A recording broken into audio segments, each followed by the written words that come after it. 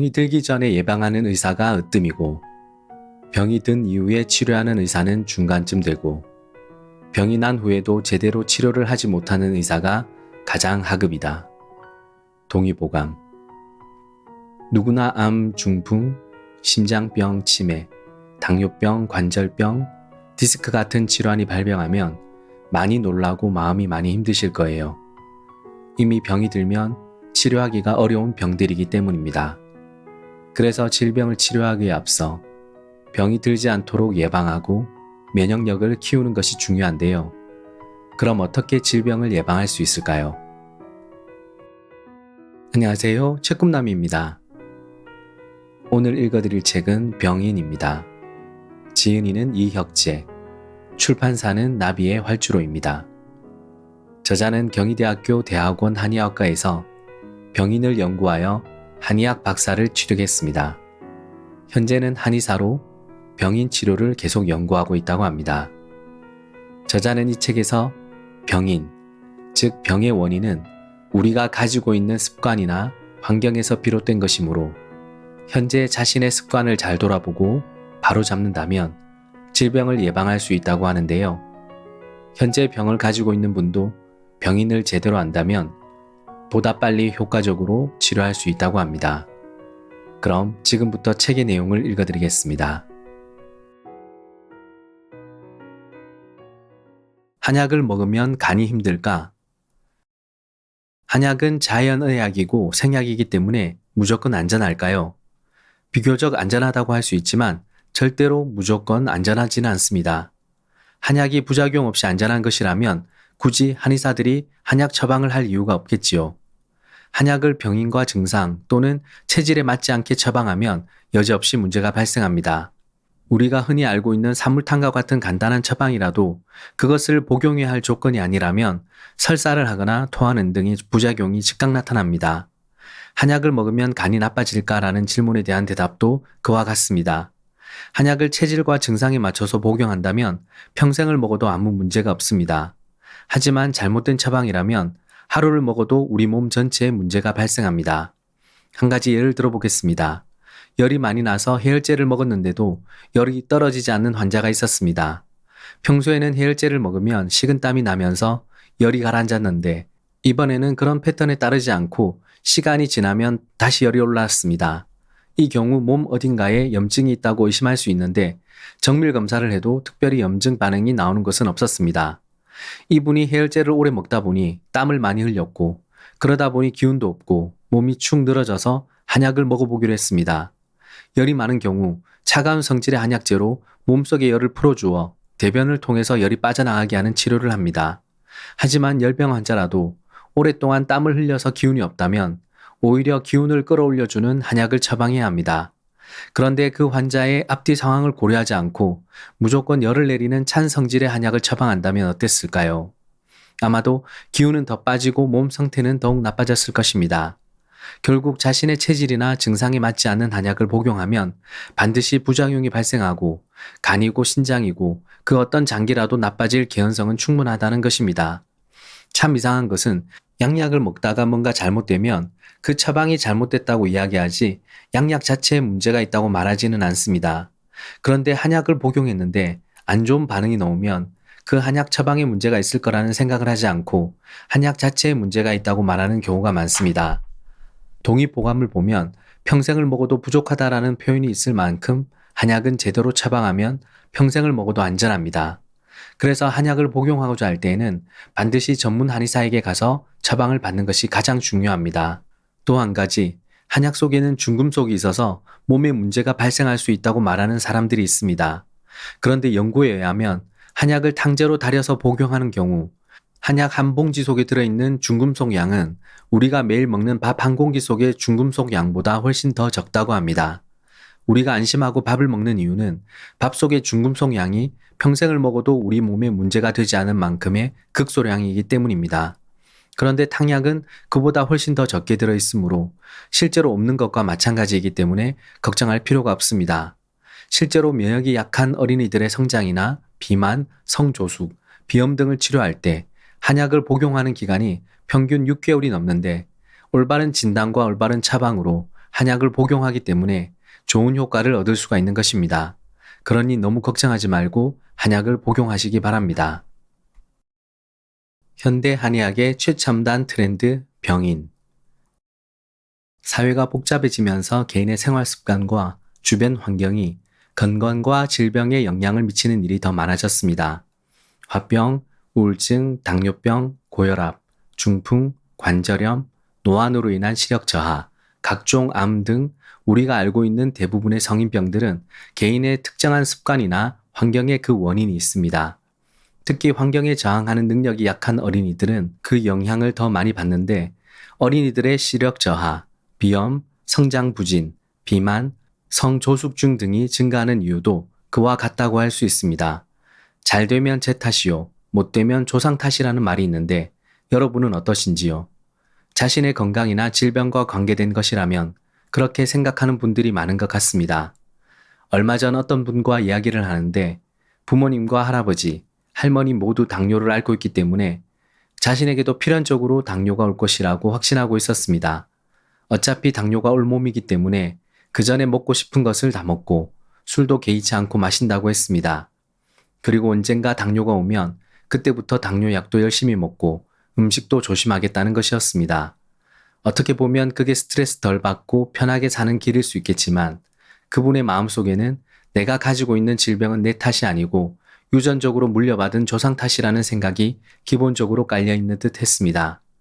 사실 유전이란 부모님에게 받은 같은 형질의 유전인자라기보다는 부모님과 함께 생활하면서 공유하는 습관과 환경을 물려받은 것입니다. 이렇게 생각한다면 잘못되면 조상 탓이라는 생각은 조금 바뀌게 되겠지요. 숙명적으로 물려받은 유전자라면 내가 어찌할 수 있는 부분이 없겠지만 습관과 환경을 물려받은 것이라면 우리의 굳은 의지로 바꾸고 개선할 기회가 있기 때문입니다. 최근 발표된 논문에 따르면 도시에 사는 어린이들의 근시 발생률이 농촌에 사는 어린이들보다 심하다고 합니다. 별 이유 없이 어쩌다 보니 도시에 사는 어린이들의 근시 유전자가 더 많아진 것일까요? 당연히 환경적으로 농촌이 도시에 비해 시력에 더 유리할 수밖에 없는 것입니다. 그러면 근시가 있는 어린이의 경우 이것을 좀 더 완화하고 개선하기 위해서 안경이나 렌즈를 사용해야 할까요? 아니면 그 이전에 시력을 보호할 수 있는 환경과 습관을 먼저 개선해야 할까요? 가지고 있는 증상의 원인이 유전이 아니고 습관과 환경에 있다면 정확한 답이 나올 것입니다. 앞서 말씀드렸던 그분도 당뇨가 쉽게 올 수 있는 습관과 환경을 젊어서부터 개선해 나간다면 나이가 들어 당뇨가 발생할 확률은 적어질 것입니다. 그런데 여기서 우리에게 궁금한 점이 생깁니다. 습관과 환경이 질병을 유발하는 가장 큰 원인이 된다면 구체적으로 어떤 습관과 환경이 질병을 초래할까 하는 것입니다. 그래서 제가 이제부터 설명하려고 하는 것이 바로 병인에 대한 이야기입니다. 병인이란 우리 몸에서 발생하는 모든 질병들이 잘못된 습관과 환경에서 비롯된 것이라는 대명제에서 시작합니다. 한의학에서 질병을 진단하는 방법 중에 병인 변증이라는 것이 있는데 이것이 병인의 모체가 됩니다. 동의보감을 보면 수많은 처방들이 소개되어 있는데 병인 변증으로 분류된 처방이 가장 많은 수를 차지할 만큼 병인은 질병을 치료하는 데 있어 가장 중요한 이론입니다. 사회가 복잡하고 바쁠수록 개인의 습관과 환경에서 비롯된 질병은 더 많아지고 있습니다. 병인은 잘못된 습관과 환경에서 질병의 원인을 찾기 때문에 현대적 감각과 시대의 흐름에 잘 맞습니다. 이 책을 읽어내려갈 때마다 여러분은 병인에 대한 이해가 커지며 자신의 고질적인 질병을 이제는 치료할 수 있겠다는 자신감을 갖게 될 것입니다. 병인이 뭐지? 진료실에서 상담을 하면서 병인에 대해 이야기하면 많은 분들이 매우 생소하다는 반응을 보입니다. 환자들의 얼굴에서 병인이 뭐지라는 질문이 바로 나올 것 같은 표정을 읽을 수 있습니다. 병인은 말 그대로 병의 원인을 말합니다. 그런데 의사가 병의 원인을 치료하는 것은 당연한데 그걸 굳이 그렇게 병인이라고 이야기할 필요가 있을까 하는 의문이 생길 수 있습니다. 병의 원인을 찾아서 치료하는 것이 의사의 본업인데 제가 하는 진단법을 병인이라고 이름 붙여 설명한다는 게 좀 이상하게 느껴질 수도 있습니다. 모든 의사들이 병의 원인을 해결하지 않고 다른 것을 치료하는 것도 아니기 때문입니다. 병인을 설명하기에 앞서 우선 한의학과 서양의학의 진단과 치료가 어떻게 다른지에 대해 말씀을 드려야 할 것 같습니다. 동서양의 진단에서 가장 크게 다른 것은 변병과 변증입니다. 서양의학은 변병에 가깝고 한의학은 변증에 가깝습니다. 변병이란 병명이 중요한 것입니다. 변병을 잘 파악하기 위해서는 혈액검사, 소변검사, 초음파, 엑스레이, MRI 등의 진단기기를 통해 객관적이고 표준화된 뚜렷한 병명이 나와야 합니다. 그래야만 거기에 맞는 처방과 치료가 가능합니다. 병명이 나오지 않으면 정확한 처방이 불가능합니다. 변증이란 그 사람이 가지고 있는 증상이 중요한 것입니다. 여기서 증이라는 말이 참 중요한데 이것은 그 사람이 가지고 있고 겉으로 표현되는 증상들 외에 체질적인 특성, 습관과 환경, 직장, 가족관계, 성격 등등 개인이 가지고 있는 특별한 상황들 모두를 포함한 개념입니다. 변증에서는 병명이 그렇게 중요하지 않습니다. 병명이 뚜렷하게 나오지 않아도 그 환자의 특성에 맞는 맞춤식 진료를 할 수 있습니다. 현재의 한의학으로 과거에 없던 질환들을 치료할 수 있는 이유가 여기에 있습니다. 일본의 임상서적에서 한약으로 방사능에 오염된 환자를 치료한 사례도 있는 것을 보면 그것을 알 수 있습니다. 한 가지 사례를 들어보겠습니다. 50대 남성이 소화불량으로 오랫동안 고생을 했습니다. 뭘 먹어도 소화가 안 되고 조금만 과식하면 배가 아프거나 설사하거나 토하기를 반복했습니다. 병원에서 검사를 해보니 장에 가스가 차고 소화액 분비가 잘 안 된다는 것이었습니다. 만성 소화불량 진단이 나와서 약을 처방받아 복용했습니다. 그런데 약을 먹으면 증상이 좋아졌다가 시간이 지나면 재발하니 걱정이 돼서 한의원에 왔습니다. 한방에서는 소화불량의 원인을 보는 방법이 다릅니다. 장에 가스가 차고 소화액 분비가 원활하지 않은 것은 소화불량의 원인이라기보다는 더 근본적인 원인에 의해 발생한 결과로 생각하는 식입니다. 그 사람의 현재 증상에 따라 기허, 혈허, 음허, 양허, 노권, 칠정, 담음, 식적 등으로 진단을 하고 그것을 해결하는 식입니다. 이 환자분은 병의 원인을 담음으로 진단하고 만성 소화불량을 치료했습니다. 우리가 기운이 없다는 말을 평소에 자주 하는데 이것을 한의학에서는 기허라고 합니다. 기허가 원인이 되어도 소화불량이 올 수 있습니다. 기허는 말 그대로 기운이 없는 것입니다. 기운이 없으면 음식을 소화하고 흡수하는 기능이 급격히 떨어지면서 소화불량이 발생합니다. 흔히 밥 먹을 힘도 없다는 말을 하는데 기허가 바로 그런 것입니다. 기허가 있는 분들은 소화제를 아무리 오래 먹어도 위장 기능이 좋아지지 않습니다. 일시적으로 속이 편해질 수는 있어도 잘 낫지 않습니다. 이런 경우는 기운을 끌어올려주고 기운을 도와주어야 좋아집니다. 똑같은 소화불량 진단이 나왔더라도 그 원인에 따라 어떤 경우는 담음을 다스려야 좋아지고 또 어떤 경우는 기허를 다스려야 좋아지는 것입니다. 이것이 바로 한방과 양방의 차이입니다. 몇 년 전 TV 의학정보 프로그램에서 녹화를 했는데 그날 주제가 당뇨였습니다. 양이들은 당뇨를 진단하기 위해서 당화 혈색소 검사를 한다거나 당뇨의 각종 유형에 따른 치료법의 차이 등에 대해 설명을 했고 한의인 저는 당뇨가 발생하기 쉬운 개인의 생활 습관과 환경 또는 체질 개선 등에 대해 설명했습니다. 그 방송에 몇 분의 경험자가 출연해서 자신이 당뇨를 극복한 사례를 말했는데 꾸준한 운동과 음식 조절 그리고 발효 음식을 몇 달간 꾸준히 섭취했더니 치솟았던 당 수치가 떨어지고 현재는 양약을 먹지 않아도 당 조절이 잘 되고 있다고 이야기했습니다. 그 환자분은 식적과 칠정의 병인을 가지고 있었는데 꾸준한 운동과 발효 음식을 포함한 철저한 식단 관리를 통해 병인이 해결되면서 당 수치가 내려간 것으로 보였습니다. 그 방법이 모든 당뇨 환자에게 도움이 될 수는 없겠지만 당뇨가 발생하게 된 원인인 그 환자의 병인을 해결하는 데 도움이 됐던 것으로 보여 좋은 사례라고 생각했는데 그 자리에서 양의사 한 분이 그럼에도 불구하고 당뇨약을 꾸준히 복용해야 한다고 주장하자 그분이 당황하신 듯 했습니다. 생활습관과 환경을 개선함으로써 스스로 자연 치유력을 높여 이제는 외부로부터의 인슐린 도움 없이도 혈당이 스스로 잘 조절되는 사람에게 그럼에도 불구하고 당뇨약을 계속 복용하라고 하니 황당했으리라 생각됩니다. 변병과 변증은 상황에 따라 덜 잘 활용될 수 있는 부분이 있기 때문에 무엇이 더욱 좋다고 말하기는 힘든 부분이 있습니다. 하지만 이것이 동서양의 진단과 치료의 차이점인 것입니다. 정리하자면 양방의 변병은 병명이 같으면 어떤 사람이든지 치료법이 동일합니다. 한방에서 다른 증으로 보고 치료를 달리한 사람들이라도 양방에서 같은 병명으로 나온다면 치료약은 동일한 것입니다. 한방의 변증은 증이 같으면 어떤 사람이든지 치료법이 동일합니다. 양방에서 다른 병명으로 치료를 달리한 사람이라도 같은 증으로 진단이 된다면 치료약은 동일합니다. 다시 처음으로 돌아가 한의학 진단에 있어서 병인은 병의 원인인데 그러면 병의 원인을 무엇으로 보는 걸까요? 병인은 그 사람이 가지고 있는 잘못된 습관이나 환경에서 시작됩니다.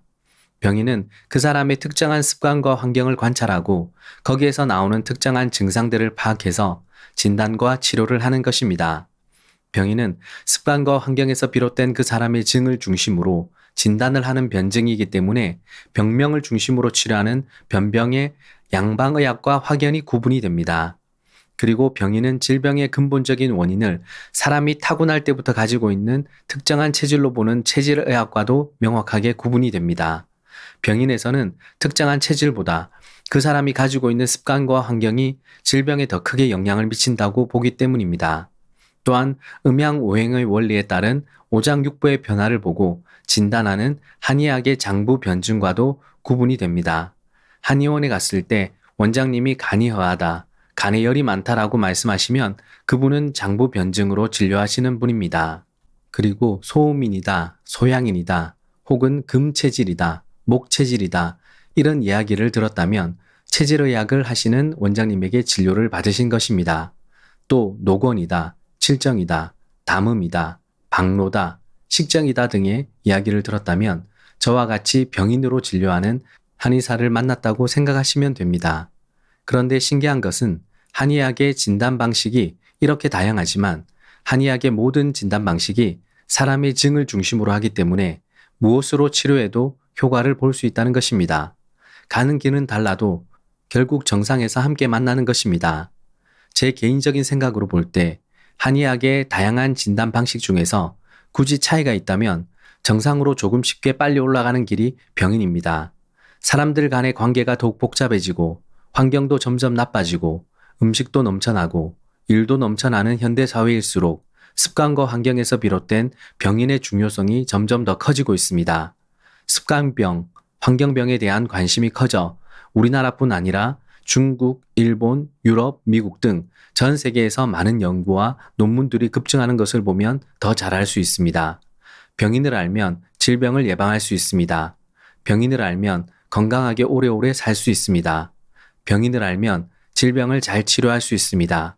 병인 치료는 한의학이 인류에게 주신 가장 큰 선물입니다. 본격적으로 병인 풀어보기. 이제부터 병인에 대해 구체적으로 알아보겠습니다.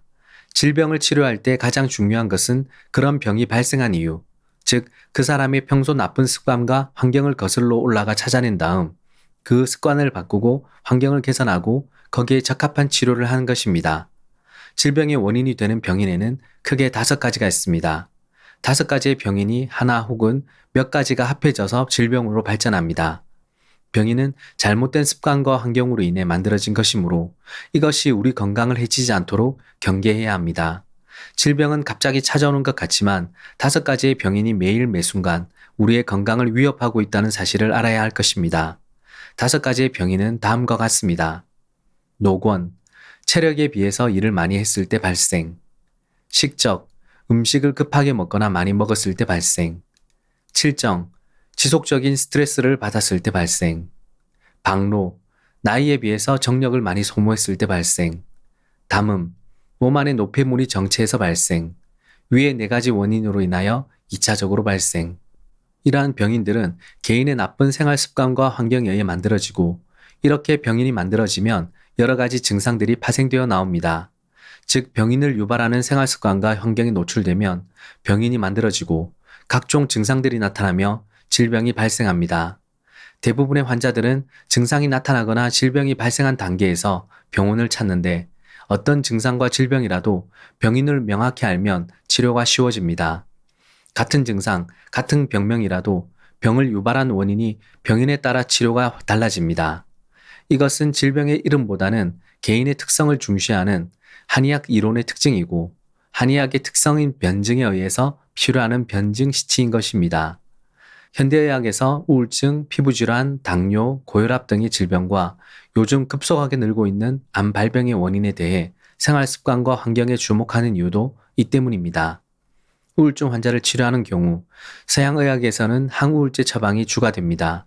그 이유는 우울증 자체가 원인이라고 생각하기 때문입니다. 하지만 한의학에서 우울증은 어떤 다른 원인에 의해서 나오는 결과물이라고 생각하는데 그것이 바로 병인입니다. 같은 우울증이라도 사람의 개인적인 습관과 환경에 따른 병인이 다르므로 처방 또한 다릅니다. 그 사람이 가지고 있는 질병의 병인이 식적이라면 식적을 다스리는 치료와 함께 과식하거나 급하게 먹는 등 식적을 유발할 수 있는 습관을 바로 잡으려는 노력을 해야 하고, 박노의 병인이라면 먼저 성생활 횟수부터 줄이려는 노력을 해야 합니다. 현재 내가 어떤 병을 앓고 있든 어떤 약을 먹고 있든 관계없이 그 질병을 유발한 병인을 정확히 알고 그에 맞게 대처한다면 건강을 훨씬 더 빨리 회복할 수 있을 것입니다. 공진단. 요즘 건강에 대한 관심이 높아지면서 효과적으로 체력을 관리할 수 있는 한약을 문의하시는 분이 많습니다. 그중 가장 대표적인 처방이 공진단입니다. 동의보감에서 설명한 내용을 일단 보겠습니다. 대체로 남자들이 장년기에 진기가 몹시 약한 것은 타고날 때부터 허한 것이 아니기 때문에 성질이 건조한 약재를 쓰면 안 된다. 몸을 보한다고 하는 처방들의 약품들은 많이 있지만 약의 힘이 미력해서 효과를 보기가 어렵다. 단지 타고난 온기를 튼튼히 해서 수승화강이 잘 되게 해주면 오장이 스스로 조화로워지고 모든 질병이 사라지게 하는데 이 처방을 쓴다. 원래 그렇게 타고난 것이 아니라면 도대체 무엇 때문에 몸이 허해졌을까요? 그 이유가 바로 5가지의 병인 때문입니다. 1. 체력에 비해서 일을 많이 할 때 발생하는 노곤. 2. 과도한 음식으로 비위 기능이 상했을 때 발생하는 식적. 3. 스트레스를 지속적으로 받을 때 발생하는 칠정. 4. 양기를 지나치게 소모할 때 발생하는 박노. 5. 몸 안에 노폐물이 제대로 배출되지 않고 남아 여러 가지 병리 현상을 일으키는 담음. 이러한 병인 때문에 진액이 고갈되고 오장의 균형이 깨지게 됩니다. 우리 몸이 건강하려면 신수는 위로 올라가고 심화는 아래로 내려가는 수승화강이 되어야 하는데, 병인으로 인해 진액이 고갈되면 그 기능이 사라지며 열이 위로 오르고 아래는 차가워지는 상열하한이 되면서 장기의 균형은 깨지고 여러 가지 질병이 발생합니다. 공진단은 신수를 올려주고 심화를 내리는 기능이 탁월하여 건강한 생리 상태인 수승화강이 잘 이루어지게 해 오장육부를 조화롭고 튼튼하게 해줍니다. 또한 음혈을 보하고 원기를 강화해주는 기능이 있어서 질병 예방과 체력 증진에 탁월한 효과가 있습니다. 공진단은 녹용, 당귀, 산수유, 사향을 주재료로 만듭니다. 공진단 약재의 개별적인 효능을 보자면 녹용은 기와 혈을 동시에 보하는 최고의 약재입니다. 보양하는 효능이 뛰어나기 때문에 팔다리에 힘이 빠지거나 면역이 약해 잔병 치레를 자주 하는 분들에게 효과가 좋습니다. 녹용은 어린이들에게는 면역력 향상과 성장 촉진, 청소년들에게는 체력 보강과 집중력 향상, 남성들에게는 원기 보충, 여성들에게는 빈혈 예방과 튼튼한 자궁 기능, 노인들에게는 근력 향상과 치매 예방에 도움을 줍니다. 당귀는 깨끗하고 맑은 피를 만들어주는 기능이 있으며 혈액순환을 원활하게 해서 손발 저림, 수족 냉증에 효과가 있으며 두통이나 어지럼증에도 효과가 좋습니다. 산수유는 몸 밖으로 기운이 빠져나가는 것을 막아주는 수렴 작용이 탁월한 약재입니다. 산수유는 신장의 기능을 도와주기 때문에 허리를 튼튼하게 해주고 강장제로 많이 사용합니다. 사향은 사향노루의 사향 주머니에서 채취하는 자연 약재입니다. 수승화강 기능을 돕고 막힌 것을 뚫어주는 기능이 커서 집중력 저하, 뇌졸중, 심장병 등 각종 순환장애 증상에 효과가 있습니다. 마음을 편하게 해주고 머리를 맑게 해주어 어린이, 청소년부터 성인, 노년층까지 다양하게 효과를 볼 수 있는 명약입니다. 사향은 중추신경의 기능을 항진시키고 정신을 맑게 해주며 심장을 강하게 하고 호르몬의 분비를 왕성하게 합니다. 이 약재들을 곱게 갈아서 꿀로 반죽하고 금으로 싸서 만든 것이 바로 공진단입니다. 그러면 공진단은 누가 복용하면 좋을까요? 공진단은 성장이 부진한 어린이, 시력이 약한 어린이, 집중력과 체력이 떨어지는 청소년 수험생, 양기가 떨어지고 면역이 약해지는 성인 남성, 피부 미용과 노화 방지에 관심 많은 성인 여성, 중풍과 심장병, 치매 등이 걱정되는 노년 등에 광범위하게 활용할 수 있습니다. 병인을 해결하고 공진단을 복용한다면 가장 좋은 건강 해결책이 될 수 있습니다. 머리가 아프다고 무턱대고 두통약만 계속 먹다가는 건강을 해치기 쉽죠. 병인에 따른 각각의 구체적인 치료가 중요하다는 것을 책을 통해 잘 알아보았습니다. 오늘부터 내가 가지고 있는 잘못된 습관과 환경은 없는지 살펴보고 고쳐 나가시면 좋겠습니다. 또한 책에서 강조한 대로 아무리 좋은 한약이라도 자신의 상태에 맞게 정확히 처방된 한약이 아니라면 분명 탈이 나는 것 같습니다. 건강을 위해 필요하다면 나에게 맞는 한약을 잘 처방해 줄 수 있는 전문적인 한의사와 한의원을 찾는 것도 중요하겠습니다. 지금까지 함께 해주셔서 고맙습니다. 여러분의 소중한 꿈이 이루어지시는 하루 되기를 바랍니다.